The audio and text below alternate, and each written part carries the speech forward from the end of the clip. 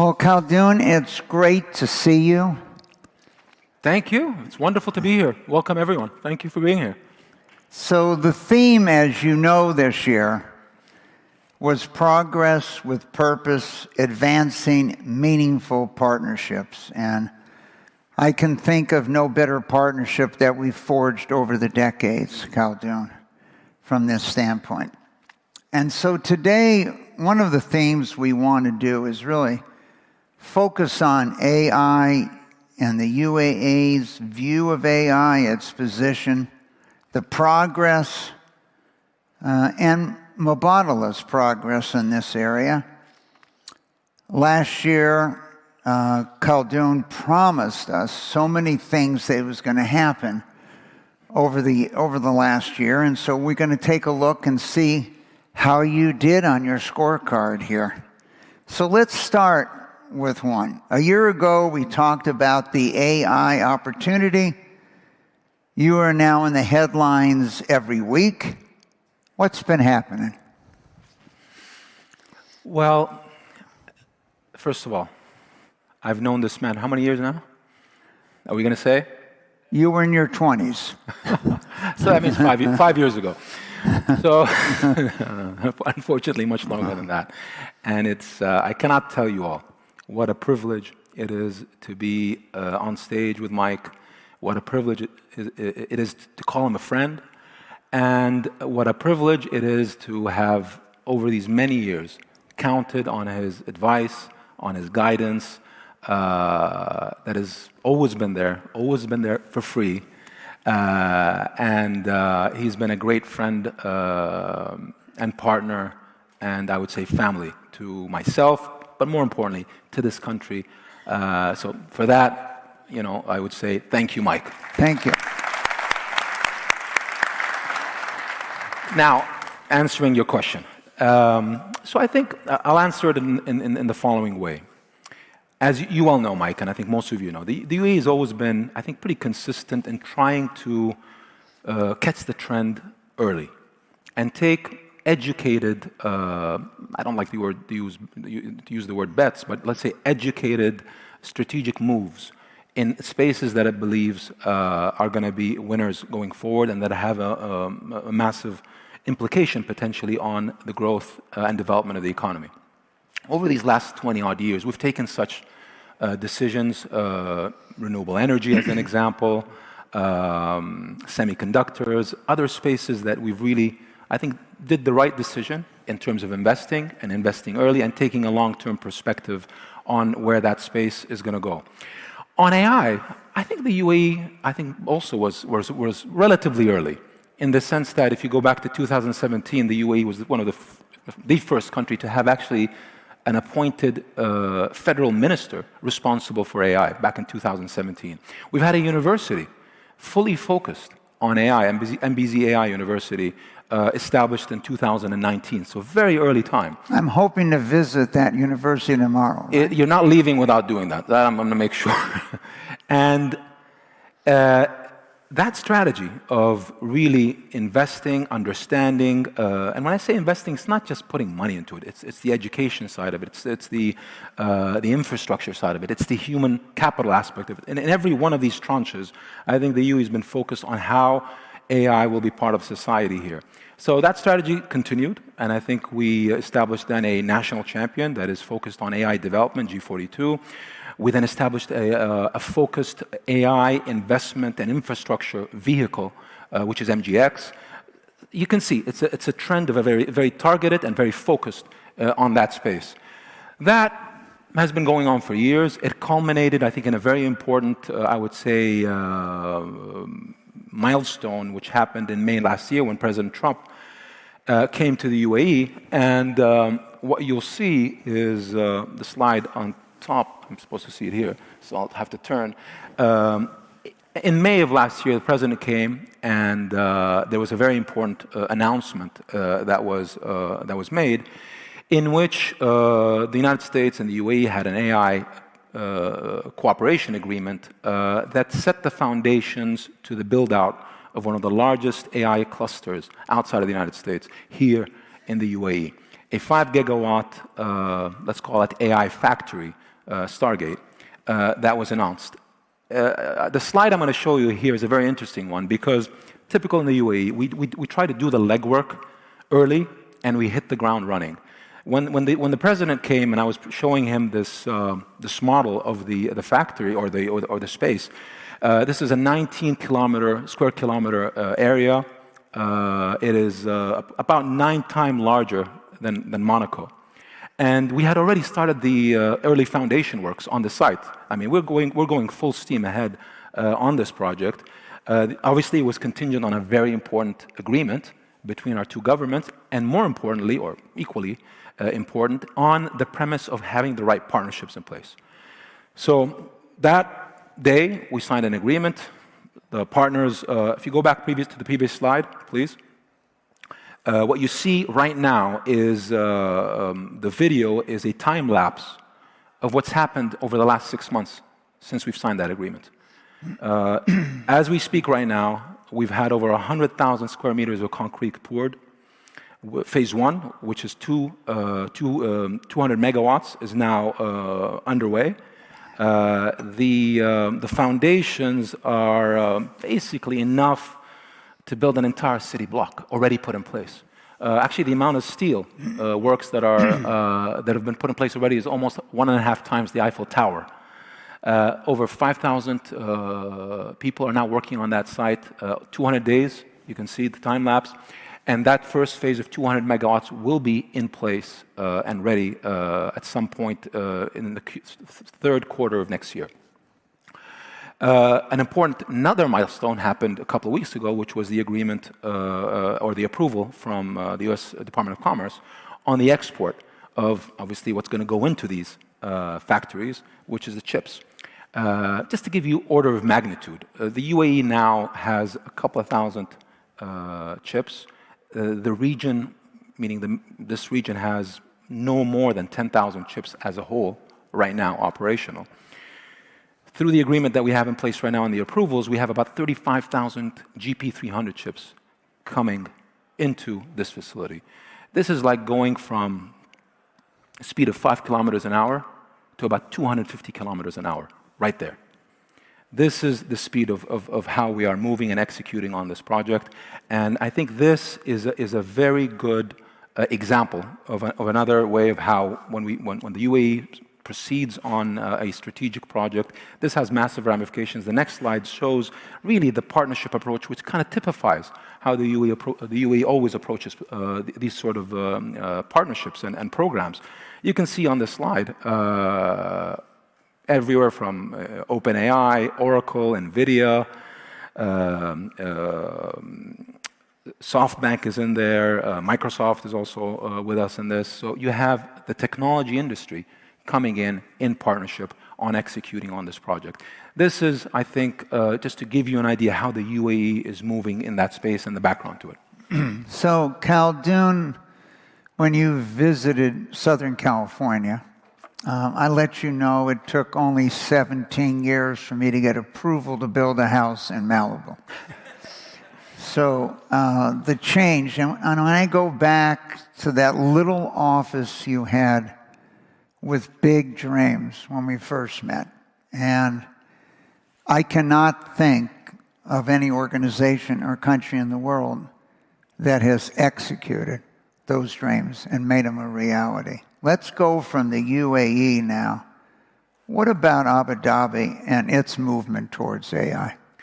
So the key is about enablement and AI enablement. And I would say building the infrastructure, investing in this space, building the partnerships, that's certainly a very important components in this journey. But then the capability, building out that capability and getting a population to transition and become AI enabled. I believe that's an area for sure that Abu Dhabi has spent a lot of time and focus and energy on. And you see it today. I think one of the best examples I like to use in terms of that transition from old economy to new economy in this new world is how our government is helping the population through the transition of government services from the traditional human-to-human interaction to now essentially making it an intelligence collaboration between the citizen, the resident, and government through an intelligence platform. Today we have a platform called TEM. Every resident and national in the country, in Abu Dhabi here, have this on their phones. You have 1,100 use cases on that platform. Essentially, you can do everything right now by talking to your government agent on your phone, from renewing your driver's license. You don't have to go to the DMV anymore. You don't have to set foot in a municipality anymore. Anything to do with your property, land, etc. You can do it now seamlessly through your app. You can, you have your entire medical file right now at your disposal at all times. You can, move files to doctors, to institutions. You connect to any services that the government provides. You have a direct connection to and a direct communication through intelligence now. You can actually check your the report cards of your kids. That's all seamlessly built into that system. This is not something that is aspirational. It's actually operational as we speak right now. And it's incredible because what you have right now, I was in a majlis a couple of weeks ago talking to a 92-year-old young man. This man pulled out his phone and was showing me something that he was describing in terms of a property he owns, but he got on the app. So you have a 92-year-old man right now, that man that now is AI-enabled. So that populational transition is very effective when you help the population through great service to transition into AI. That is what we're doing here in Abu Dhabi, and that's just another example of this population-wide transition that I think the UAE is really pushing, I think, the frontiers on. Khaldoon, I'm a little concerned when you use that word old, because I don't necessarily... I said young, I didn't say old, I said young. I don't necessarily think 90 is old anymore. So, and the only thing that concerned me when I saw the 100,000 services is that you can also look at your parking tickets. Is there nothing sacred that hasn't moved online here from that standpoint? I think not everyone has really had a chance to see this up front. And when you were in Washington and we sat down, and the data on who's in the hospital, how many hospital rooms, your ability to monitor the health of particularly Abu Dhabi, anywhere in the world, what people's diseases are, where they stand, etc. And as I mentioned over the years here, it started when I first came to cut that ribbon at the Imperial College Diabetes Center. And the most modern facility in the world to be treated, if you remember that day. Of course. And then the Cleveland Clinic that I noticed last night, I never saw that it was in bright blue lights before. And when the Cleveland Clinic opened up, we actually had part of this conference at the Cleveland Clinic that day, just to show where it stood. Okay, so we've talked about the country, we've talked about Abu Dhabi. Let's get to Mubadala. We've had a close relationship since I saw your plan more than 25 years ago. Okay, what about Mubadala itself? How is AI changing the way you invest today? Again, I'm using my AI powers right now. I expected you to ask the question, and about a year ago, me and Mike sat right here, and Rashid put the video, just 20 seconds, what I told you last year when you asked me this question. Okay, let's see what you said. That's our conferences. We video you to hold you accountable. Let's see what you said. All about it. One promise I'm going to make to you today. We in Mubadala are going to be on the frontier side of AI enablement in our way of doing business next year, 2025. By the end of next year, 2025, in everything we do, in the way we operate, AI is going to be fully ingrained. Okay? So that's what I said. Don't clap. That's just what I said.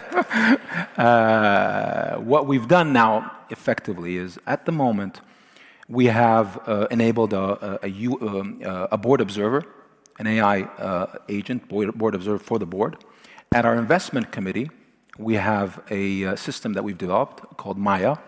Maya is a platform that supports decision making across the origination all the way towards the ultimate investment committee decision. Maya now, we use it as at the level of an investment committee, in every level of the origination, development, assessment, analysis, due diligence. All of that is now heavily utilized by all our executives. It's a platform that has gone from, as you know, with these things, get smarter and smarter. We've now pushed through over 1,000 transactions that Mubadala has done over these last 12 months, making that system now almost essential in the way we operate, in the way we work, and I think our effectiveness now, I can see it, difficult to quantify at the moment, really the net impact of it. But I think if you ask any executive in Mubadala, they'll tell you right now this is becoming an invaluable tool in the way we operate, in the way we make decisions, and in the way we run our diligence. So, I mean, obviously, a lot of companies have pursued that. We're not the only ones. But now we are pushing the envelope even further. I'm going to show you another video here, just a short one on Maya, which is the next evolution step that we're now actually going through. The Maya IC digital twin demonstrates a next frontier AI solution that simulates the IC meeting decision-making process. It harnesses AI agents to represent each of the IC members' personas and focal areas to model the discussion and decision-making process. The digital twin provides deep investment insights in the context of a simulated dialogue between each of the IC's personas. So we've created now our digital twins. You can see, I don't like the picture, honestly, but it's okay. I'll do it. So we all have our digital twins, the investment committee, and it now mirrors our tendencies, the way we think, the way we decide, what sort of questions we normally ask. We can mimic now an entire investment committee meeting. You know, right now I can sit with you, Mike, have this conversation, and I'm having my digital twin is having the investment committee, and not at the moment making a decision, thank God, but you can see just the level of detail now that we are able to get to in a much more effective and efficient way through these digital twins. So this is another process that now we are going through. We're creating our own contrarian agent, very powerful. As you know, particularly in investment decision-making, the power of having a strong contrarian member in a board or in a committee, now we have our contrarian agent. So it is now pretty much sewn into the DNA of how we operate, and we're going to continue to evolve and generate more ideas in terms of how we can make AI, hand in hand in the way we run and operate businesses. Khaldoon, 1,000 transactions have now gone through this system. Yes.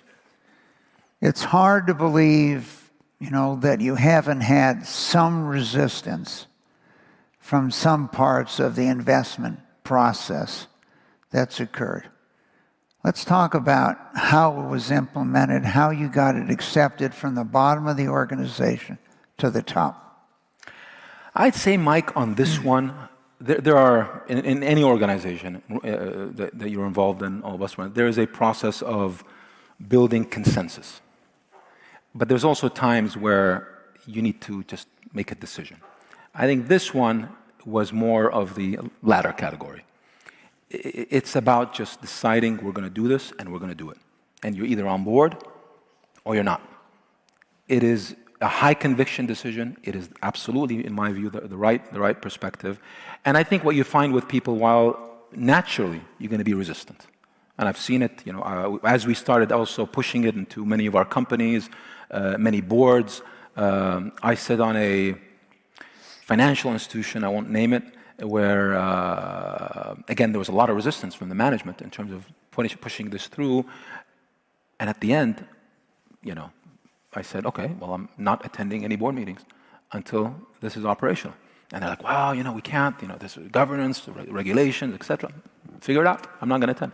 So I think you have to ultimately, and I believe strongly about this, you have to make that leap.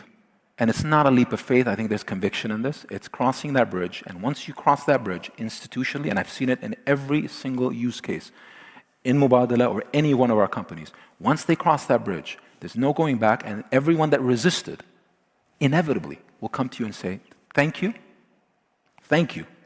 for pushing us in that direction, because now we can see the benefits clearly. So Blackstone, one of the world's largest alternative manager, brought in a senior partner from Sequoia that is now overlooking their activities. Did you bring anyone from the outside, or did it all occur on the inside? I would say majority inside, because you're crossing new grounds. And you have to be very careful, particularly with IP and your own, this is your own, basically, secret recipe of how you operate and how you decide. But you need also a technological aspect of the right partners that can come in and really fill some of these technical voids that are necessary. So it was, I would say, majority in-house, but with certainly a couple very important technical partners. So our partnership over the years here has shaped Mubadala and shaped how we look at the world. But the other side today, there's enormous competition for technology, capital, influence. How do you balance cooperation with competition? Yeah, I think competition is inevitable, and competition is necessary. And actually, it is critical. You don't make the next leap without proper competition. And you can see that in every business, in every industry. When you have actually a strong competitive situation, that's when actually parties push each other higher and higher. So I think from my perspective, or I would say from a Mubadala, and even a step up, the DNA of the place here in the UAE, in Abu Dhabi, is a DNA of partnership. It's a very collaborative, partnership-oriented approach, and that you can see it in everything. And that has proven to be a very successful model. When I look at Mubadala, I would say continuing going forward, we will continue to follow that approach of finding the right partners, the best in class, in whatever sector we're involved in whatever geography we're involved in, and put the right constructs to put these partnerships in place, and then grow and invest and partner and succeed together. That model, I have now ample evidence, is a very effective model, and it will continue to be the case. So, through Mubadala Capital, you're really kind of the first sovereign investor really to manage institutional third-party money. It's something you and I have talked about for decades. Talk about that process. So, Mike, this is a process that you kind of helped, you seeded in your own way. Mike, as always, will give you advice, will give you hints, but then the onus on you is to pursue it. We had, until Mike really seeded the idea that we should now think about moving the way we operate towards actually, we do a decent job managing money. Why don't we manage other people's money and get a fee for it? And that led to the creation of Mubadala Capital. And that's, we started small. We had a set of early investors that partners with us in that space. Mike, gave the advice and then put his money behind his advice and was one of those investors. And over time, we've been very successful, as I think the record shows. And that model of managing, we are, I think, the only sovereign fund today that has created a vehicle that manages third-party capital. We've done it generally. We've done it also in focused areas like venture, like Brazil. I would say Brazil is an excellent example of a market that we've targeted. We built the capability, we built the right expertise in that market. We have multiple funds there. All of them are, I would say, upper echelon, tier one, probably top 10 percentile in terms of performance as funds. And we've done that with probably a third of our money and two-thirds of other people's money. And now we are growing through both organic and inorganic way to build Mubadala Capital to be one of the premier money managers in the world. And that, I have to say, is thanks to Mike, because he actually was the one that seeded that idea. I don't think he thought I'd actually follow through. I think he thinks sometimes he tells me stuff and I don't really listen. I actually listen, Mike. Well, sometimes I have to drop little pebbles all across the stage for that. But by the way, I had a nice lunch with Mike right now. He gave me 3 ideas. 3 that are actually brilliant. Now, he's going to KPI me on this one. Let's see how I do next year. So, one of the things, we have a lot of people that have come from dozens of countries here, and it's impossible really not to feel the incredible dynamism and energy here in Abu Dhabi. It's also impossible not to see how relatively young the leadership is, and how many people in the leadership have been in the private sector before they went into the public sector. And the optimism here is infectious. Let's talk about some of the positive opportunities that you see, also potentially to partner with the people that are here going forward. I think, Mike, I'm pretty sure most folks in the room today will feel, just being here in the country, being here in this gathering, dynamism for sure, but I would describe it more as momentum. There is just strong momentum. And the momentum is driven by, I would say, strong fundamentals. You have a strong foundation in terms of the country, regulation, rule of law, governance, government. I think that lays a very strong foundation. There's strong infrastructure, telecommunications, transportation, technology, roads, highways, connectivity. So very strong infrastructure. Safety, crucial. It's a safe place. It's a safe place with high quality of life, education, healthcare. So I think these very crucial foundations now are there.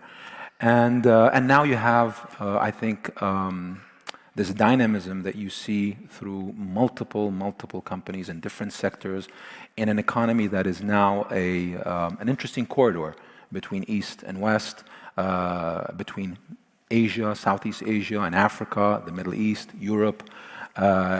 You have a market of 2,000, let's say, kilometer radius or 2,000-mile radius around us of connectivity that the UAE essentially is a perfect point of connection, point of operation, and point of growth. So I think all these facts I just gave you, I think, are interesting and make it interesting for everyone to see where this place is going. And I think, one thing we have today that we didn't have maybe as much 20 years ago, even 10 years ago, is now mature institutional, both not just sovereign, quasi-sovereign, private equity, public companies. I think all of that has evolved significantly over these last 10 years, making this now ready to scale up. Then you transition into new economy versus old economy. This is a new economy.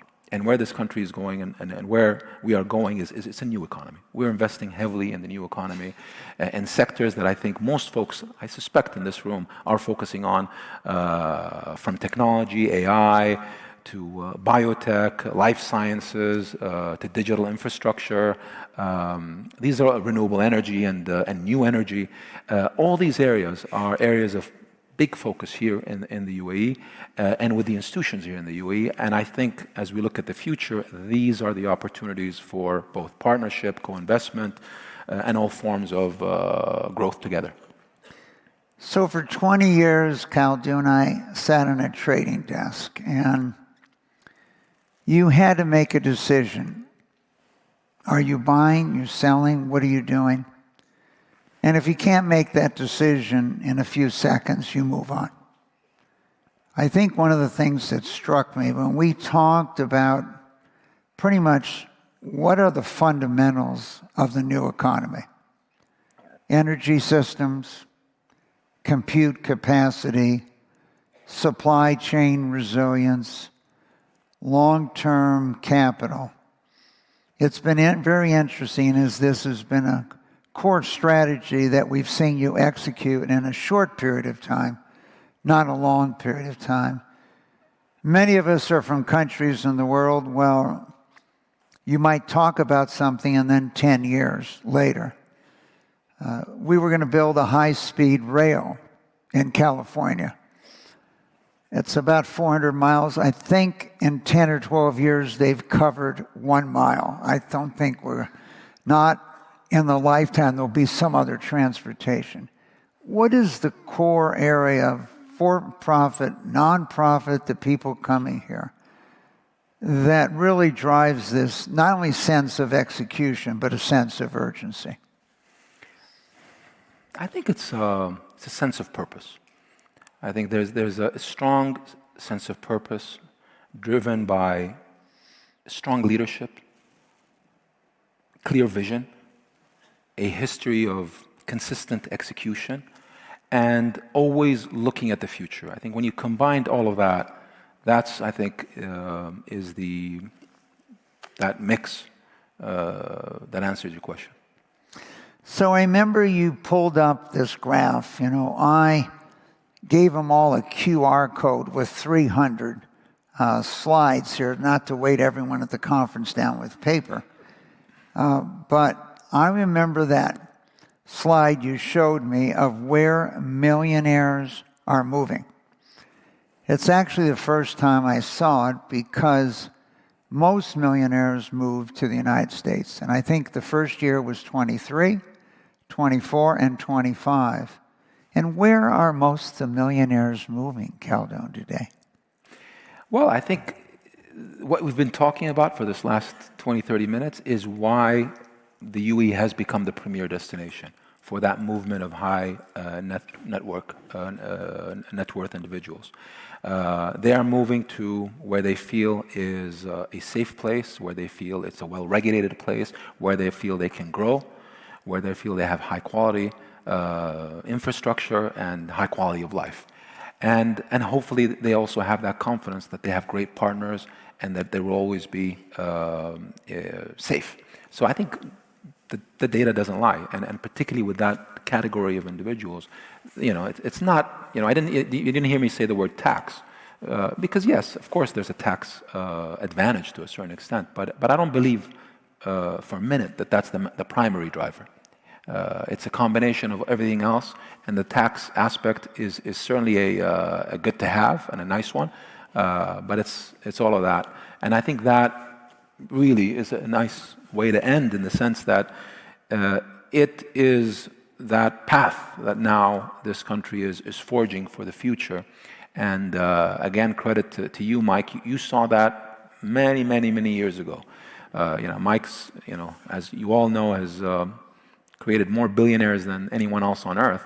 I think he didn't create a billionaire here, but he certainly, I think, saw in this country that next analogy of a billionaire, and I hope through this journey you've gone with us, Mike, you've seen that execution. Okay, so we're now going to have a lightning round. I'm only giving you 5 or 10 seconds to answer a few questions. I wasn't prepped for that. No one told me about that. What percent of the UAE's GDP today is non-oil? Under 30%. How what? Under 30%. 130%? No, under 30%. Under 30%, yeah. Right. So, what country has the #1 global ranking for entrepreneurship? The UAE. Good. Correct answer. What country is in the top 5 now in world competitiveness? Thank you. Yeah. You're giving me the same country? Same country. Okay. And what country is now in the top 10 for talent mobility? The UAE? That's correct. All the answers are the UAE. Thank you. Khaldoon, you can give a lot of people advice, but the percentage that can execute is small. And your dreams, when I saw that little model so many years ago, have not only come true in executing that, but taken it to another level. So congratulations. I did not wear the garment you gave me on stage, and you did not wear the baseball hat that I gave you. So maybe next year. Absolutely. Thank you so much. Thank you, Mike. Thank you all.